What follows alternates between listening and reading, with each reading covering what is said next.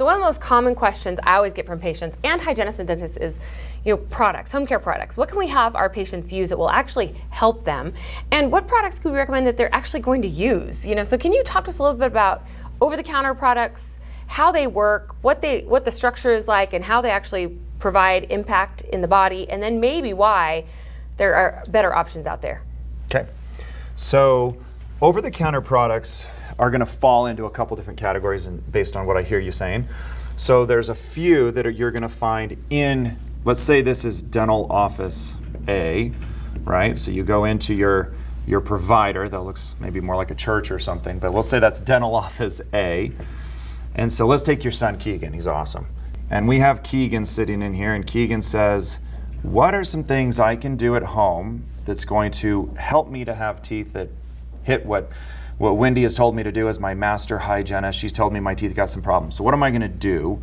So in their office, they may have some displays of things. These are considered over-the-counter products, right? They didn't write you a prescription for them. They're maybe on display on the countertop. Maybe the hygienist recommended some things to you, or she maybe gives you some recommendations and says, hey, go over to your store B and buy them from, wherever. They're on aisle 6 of store B.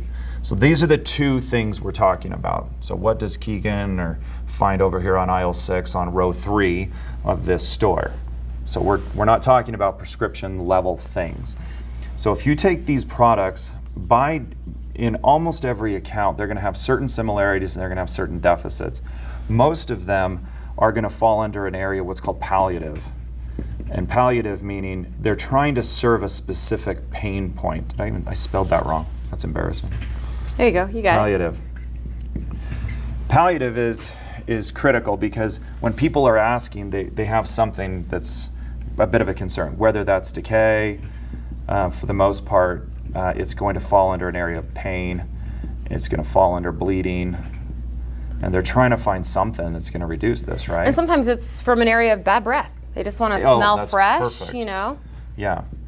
So they're looking for an option that's going to try and give them one of these options. Usually it's not going to be combined into this area. And so if you take, for instance, let's say something for bad breath.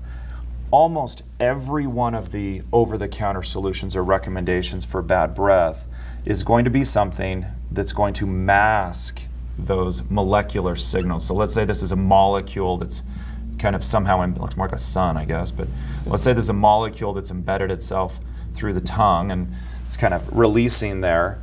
Most of these aren't destructive to this molecule. They're just masking it. They're kind of covering it up and giving you like that, it's like a bathroom mister. You go into the restroom and you just spray the thing around and think, okay, somehow it's gonna make everything better. It doesn't really reduce this. So in terms of masking solutions, not ideal, not something you're gonna look for. If their concern is bleeding, most everything that's out there is gonna have almost no effect on bleeding because of the fact that bleeding is secondary to the pathogens or the bugs that are present at a deeper level within the tissue. So there's not a whole lot out there that's going to do this from an over-the-counter solution. Pain or decay is something that's almost somewhat tied together, but almost non-existent. Most of the over-the-counter, the options are going to contain derivatives of clove, so some form of eugenol that's going to be in there, but other than that, there's just not a whole lot out there. So I think one of the beautiful things about what you've put together is the fact that the combination of these different essential oils and blends of compounds address each and every one of these. It's one of the first and only products I've ever seen that actually works on the ability to decrease decay, the ability to decrease pain, decrease bleeding, give somebody better breath, all in one simple product.